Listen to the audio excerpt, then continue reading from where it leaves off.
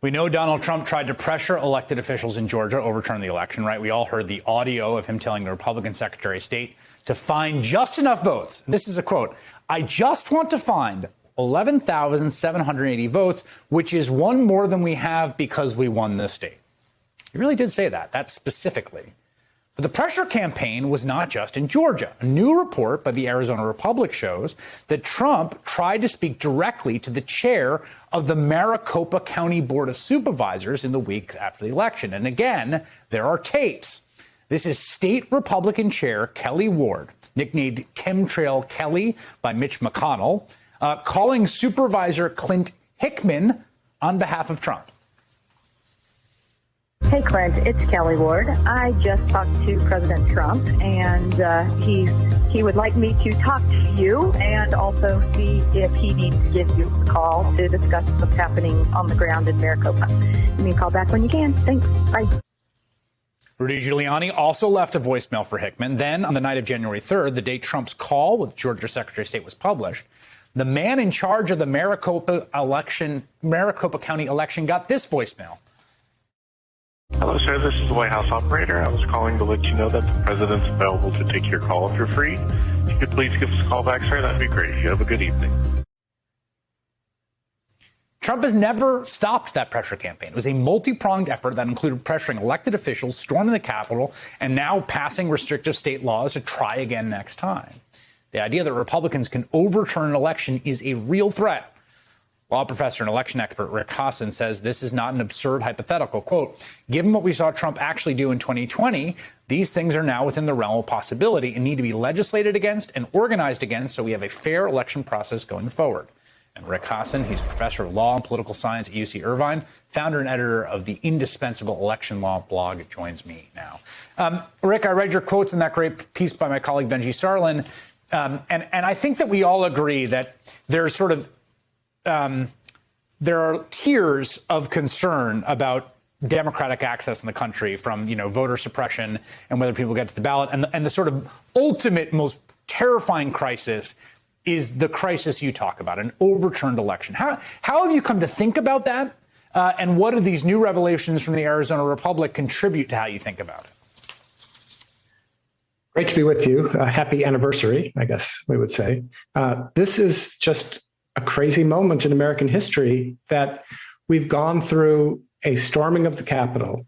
We've gone through an attempt to try to overturn the results of the election led by the president. And yet we have one political party that's not only in denial, but it's also in a position where, in order to show fidelity to the party's leader, Donald Trump, you have to mimic the lie that the election was stolen, and you have to push legislation and other rules that are going to make it easier to mess with vote counting next time. So I'm really concerned. And it's really hard to explain. This is different from the usual concerns about gerrymandering, which, we talk about all the time, drawing district lines in ways that help one party or another. This is worse than voter suppression, where states pass laws that you can't give voters water while they're waiting online to vote. This is really about something so basic to a democracy that the vote is going to be fairly counted.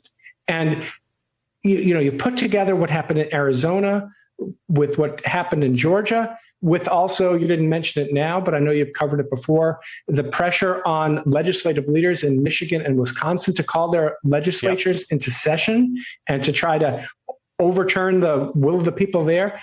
It was an attempt to overturn the results of the election. And the concern, as one of my colleagues put it in that same article by Benji, is what if it was a rehearsal for 2024? So I can't overstate how concerned I am about our democracy at this moment.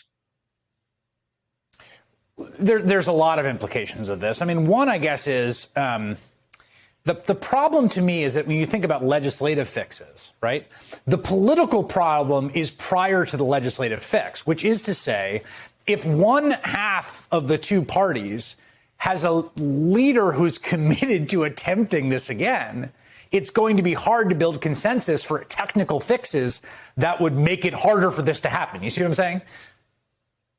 Right. So I think the key here is there are a number of Senate Republicans, some of whom are going to be gone because they're retiring after the next election, who care about things like, Can we have paper ballots required in every federal election as a piece of paper that can be counted by a court or an independent body? Are we going to fix the Electoral Count Act, the rules for how Congress counts the votes, so you don't have these frivolous objections and the ability to, throw the whole election into chaos based on nothing but lies?